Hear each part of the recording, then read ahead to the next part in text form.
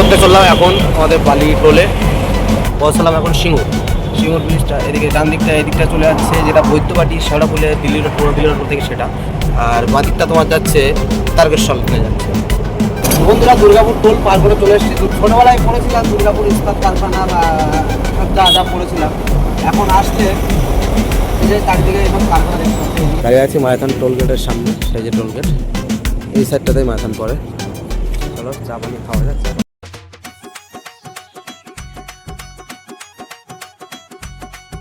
আসসালামু আলাইকুম বন্ধুরা, আমি ইউসুফ, তোমরা দেখছো my life style Facebook page.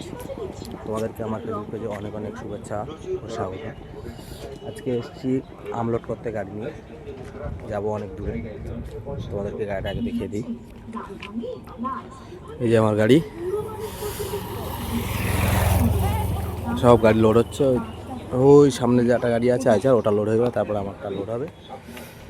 চলো লোডিং পয়েন্টে গিয়ে দেখা হচ্ছে তোমাদের সাথে।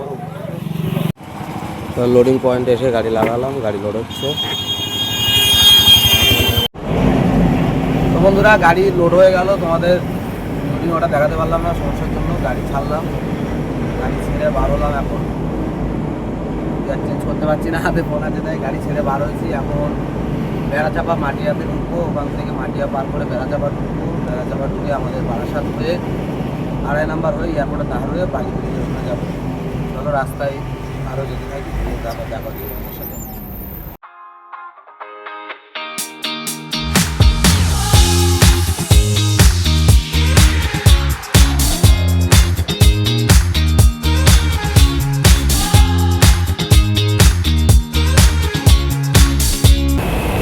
ডান দিকটা চলে যাচ্ছে তলা দিয়ে পুরোনো বালি ব্রিজে উঠে যাচ্ছে এই রাস্তাটা, আর এটা দিয়ে আমরা চলে যাচ্ছি টোল রোডে। প্রায় দীর্ঘ 1.5 থেকে 2 ঘন্টা গাড়ি চালানোর পরে বেড়াচাপা পার করলাম, গোলাবাড়ি পার করলাম। গোলাবাড়ি পার করে তারপরে ধর্মতলা মোড় আসলো। ধর্মতলা মোড় থেকে ওখান থেকে বাদুবাজার ঢুকলাম। বাদুবাজার থেকে মধ্যমগ্রাম দিকবাড়িয়া হয়ে মধ্যমগ্রাম ঢুকলাম। ওখান থেকে মুড়োগাছা গেলাম। আর ওই রাস্তাটা যেহেতু আমাদের ওটা লোকাল সিটির মধ্যে পড়ে, তো ওটা ওখানে ভিডিও করা অসম্ভব। পুলিশ থাকে, ফোন হাতে ভিডিও করতে দেয় না, তো অসম্ভব হয়ে দাঁড়ায়, যার কারণে ভিডিওটা করতে পারিনি। এখন বালি ব্রিজে ঢুকছি, বালি ব্রিজে ঢুকে পড়েছি। তোমরা আমাদের গঙ্গার যে সুন্দর আবহাওয়া, গঙ্গার সুন্দরতা, সেটা একটু উপভোগ করো।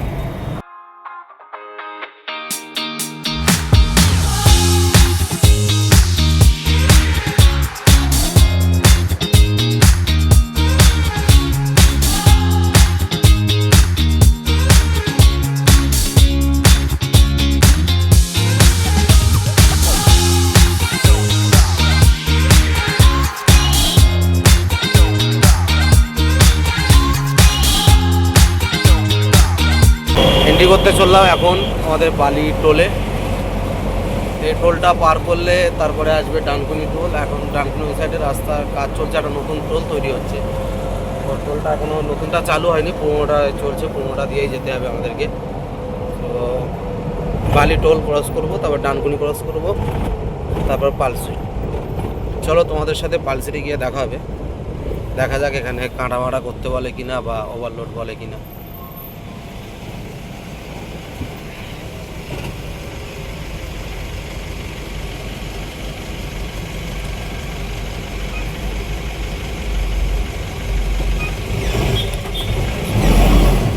হলো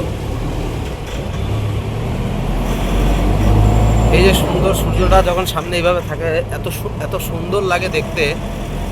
তোমাদেরকে কি বলি, খুবই সুন্দর লাগে দেখতে। এবং রাস্তা এখন ফাঁকা ফাঁকা আছে। তোমরা দেখলে বালি টোল পার করলাম, এরপর ডানকুনি টোল পার করবো, তারপর পালসিট, তোমাদের সাথে পালসিটে গিয়ে দেখা হবে। আর আমরা আমলোড করে যাচ্ছি এখন হাজারিবাগে যাচ্ছি। মোটামুটি রাতে 1টা বেজে যাবে আমাদের ঢুকতে ওখানে। চলো পালসিটে গিয়ে দেখা হচ্ছে।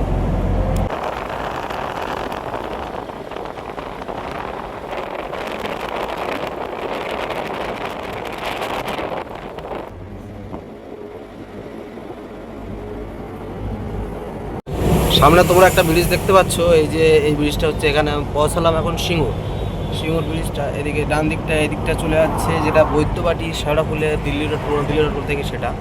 আর বাঁ দিকটা তোমার যাচ্ছে তারকেশ্বর লাইনে যাচ্ছে। এখন সিঙ্গুর পার হচ্ছি।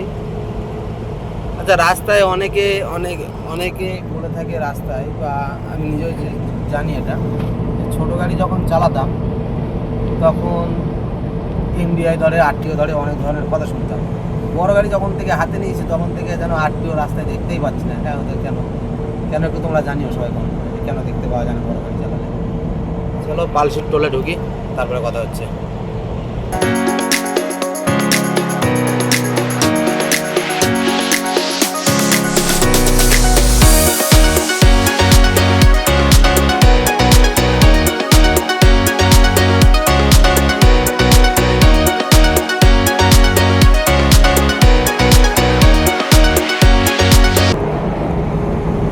তখন তোমাদেরকে বলেছিলাম যে পালশিট টোলে গিয়ে তোমাদের সাথে দেখা হচ্ছে।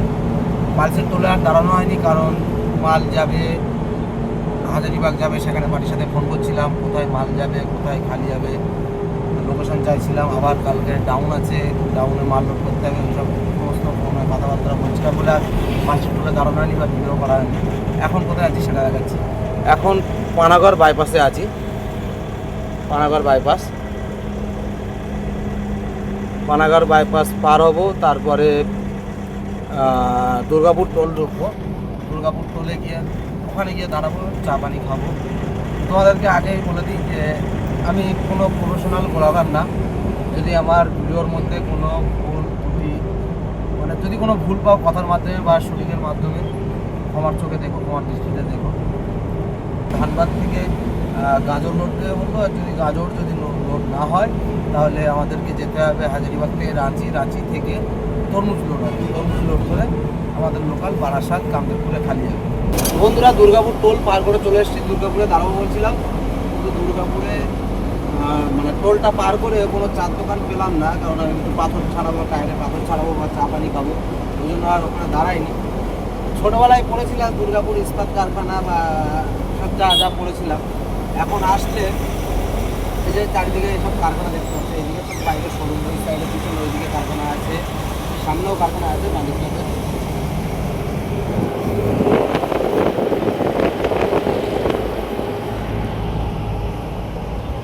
দুই সাইডে কারখানা আছে, এইদিকে কারখানা ভর্তি, এবং কারখানাগুলো দেখে ভালো লাগে। যে আপাতত যাই, সামনের দিকে এগোতে থাকি, কোনো একটা চার দোকান, ভালো চার দোকান দেখে তারপরে দাঁড়াই।